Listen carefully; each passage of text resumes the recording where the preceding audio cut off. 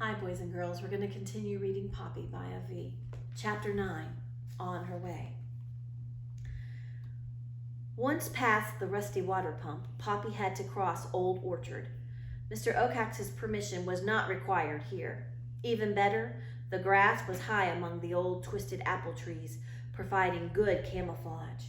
Here and there, delicate pink lady slippers bloomed. Berry bushes were heavy with fruit. Bluebirds, jays, and warblers flitted by. Grasshoppers leaped about joyfully. Oh my, Poppy murmured as she rested halfway across. It's too nice a day to be worried and sad.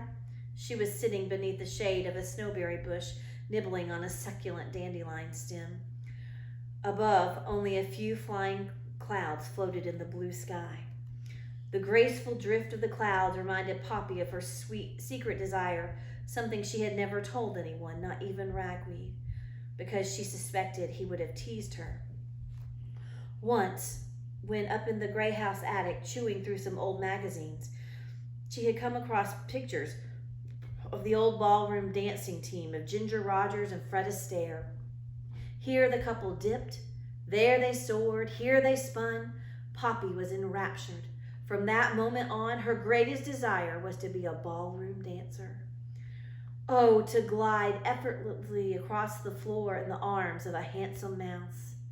Forgetting everything for a moment, Poppy plucked a pair of lady slippers and fitted them to her feet. How cool, how soft and delicate they were, as if someone were kissing her toes. And here she is putting on her slippers. She jumped up, lifted her arms, flexed her paws elegantly, she hoped, leaned her head back, fluttered her eyes, and twirled about just as in the pictures. Round and round she spun. Suddenly, as if a voice actually whispered in her ear, Poppy recalled something that sweet Cicely had told her many times. The only live mouse is an alert mouse. All right, so put yourself in Poppy's place for a minute. She's in the middle of the food chain, but she likes to daydream. Could that be dangerous? The only live mouse is an alert mouse. That means she better be paying attention, right? But here she is, dancing and dancing and dancing around. She was having a good time, wasn't she? Feeling alarmed and embarrassed, Poppy promptly kicked off the lady slippers, scampered beneath the protection of some stinkweed, and scanned the skies. Yes, she must keep on guard, even though Mr. Oakex was probably sound asleep. If owls sleep in the daytime, why don't the mice just hide at night and come out only in the daytime? Wouldn't that solve their problem?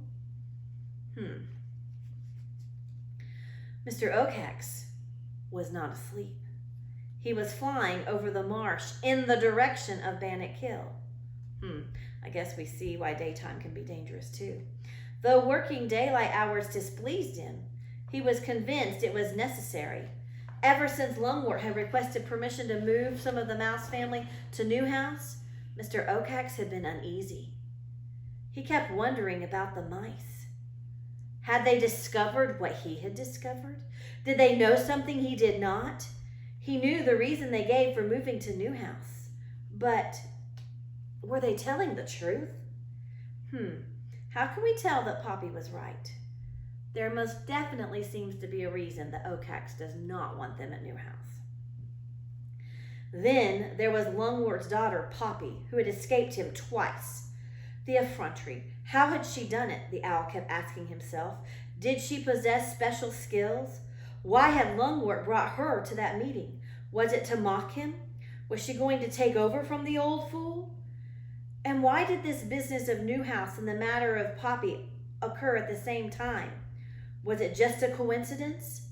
Could there be a connection? A conspiracy? The more questions he asked, the more nervous the owl became. Whatever the truth, Mr. Oakex decided that he had to remain on alert. Sleep less, patrol more. As his mother used to tell him, an alert owl is a well-fed owl. In particular, he must keep his eyes open for that mouse, the one called Poppy. Now we have have two interesting sayings that have been passed along, and they both contain the word alert. Mr. Ocax's mother said an alert owl is a well-fed owl, and Sweet Cicely told Poppy the only live mouse is an alert mouse. Can both sayings be true? Guess we'll find out.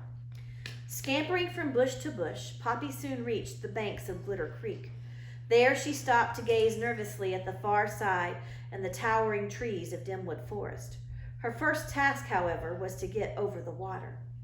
At the spot where she stood, Glitter Creek was as wide as the length of Grey House. Usually, the water flowed with tranquility. That means peaceful. Not now. Though the bright water was moving far less rapidly than the other night of the storm, during the storm, the flow still tumbled, twisted, and foamed around many rocks that snuck up from the creek bed. Poppy realized that she'd never be able to swim across. She could walk downstream and cross the bridge, but the bridge was situated exactly where Mr. Ocax had his watching tree, the last spot she desired to revisit. No, as Poppy saw it, there was only one way for her to get across the creek, was by jumping from rock to rock. She climbed a tree stump for a better view, and then set about figuring out a route. Though it took a while, she found a path that required 14 jumps. The only problem would come on the 9th. On that rock, a turtle was sleeping. Even so, she thought she'd have room to make a quick landing and leap away. The turtle might not even notice. On the creek bank again, Poppy crouched, ready to take her first jump. Just as she was about to spring, she stopped. All right, and here's a picture of the creek she's got to try to cross, and you see the turtle.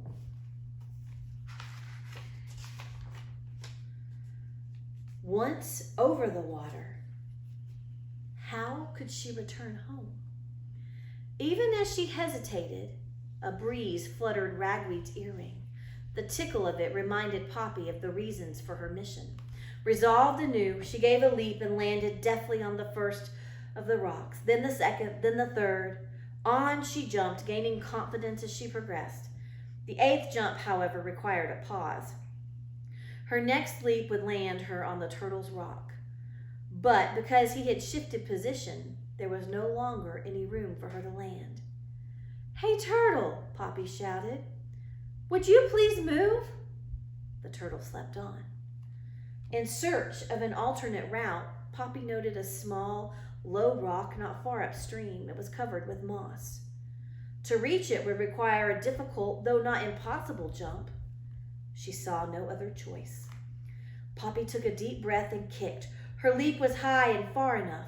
She landed right on the small rock, but unfortunately, the moss was wet and slimy.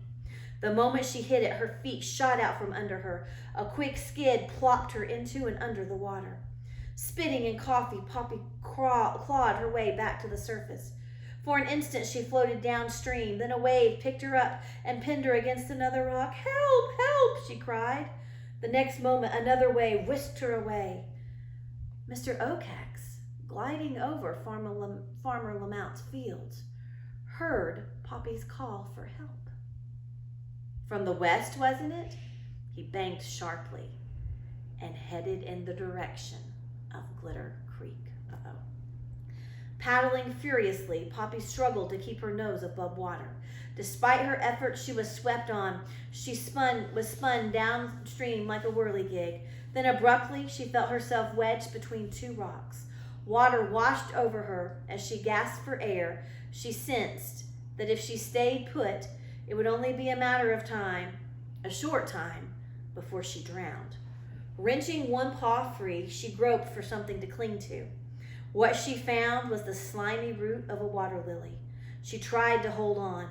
The root slipped from her grasp. She reached out again and managed to find the lily's stem. Snorting to keep her nose and mouth free of water, Poppy hauled in. Bit by bit, she began to rise. Something in the water of Glitter Creek caught Mr. Ocax's eyes. To his surprise, he saw a mouse struggling with a water lily. Poppy worked frantically to pull herself higher. She was now only belly deep. With a few more pulls on the stem, she would be safe. Do you think that Poppy can escape Mr. Okex a third time? Circling above, Mr. Okex watched the mouse struggle to climb atop the rock. The moment it reached, he was prepared to dive. Poppy nearly had her footing on the rock when the lily stem snapped. Her balance lost, she tumbled back into the creek. The moment she struck the water, a wave pummeled her below the surface. Just as Mr. Okex dived, the mouse he was watching suddenly dropped into the water. When it failed to reappear, he assumed the creature had drowned. His patience frazzled. He pumped his wings, rose on a gust of air, and turned toward Newhouse. A day had passed since he had been there. He needed to check again. Does Mr. Okex realize it's Poppy? Absolutely not. And we know this because if he'd realized it was Poppy, he'd have stayed and watched to make sure she was drowned. Poppy, desperate for air, bobbed to the surface like a cork. Once again, she was swept along. Her strength was ebbing. Desperately, she sought something to hold on to. She found nothing. Down the creek she went. Then the creek widened. The water grew less turbulent. That means it's more peaceful. Aware that this was probably the last chance she'd have to save herself, Poppy summoned her remaining strength and began to swim frantically. Slowly, painfully, she pulled free of the stream's main force. She bumped against a stone, then ricocheted into calm backwater. She stretched her toes down and touched bottom. Half crawling, half swimming, she clawed her way up the creek bank. When she reached the grass, she flung herself down, coughing violently.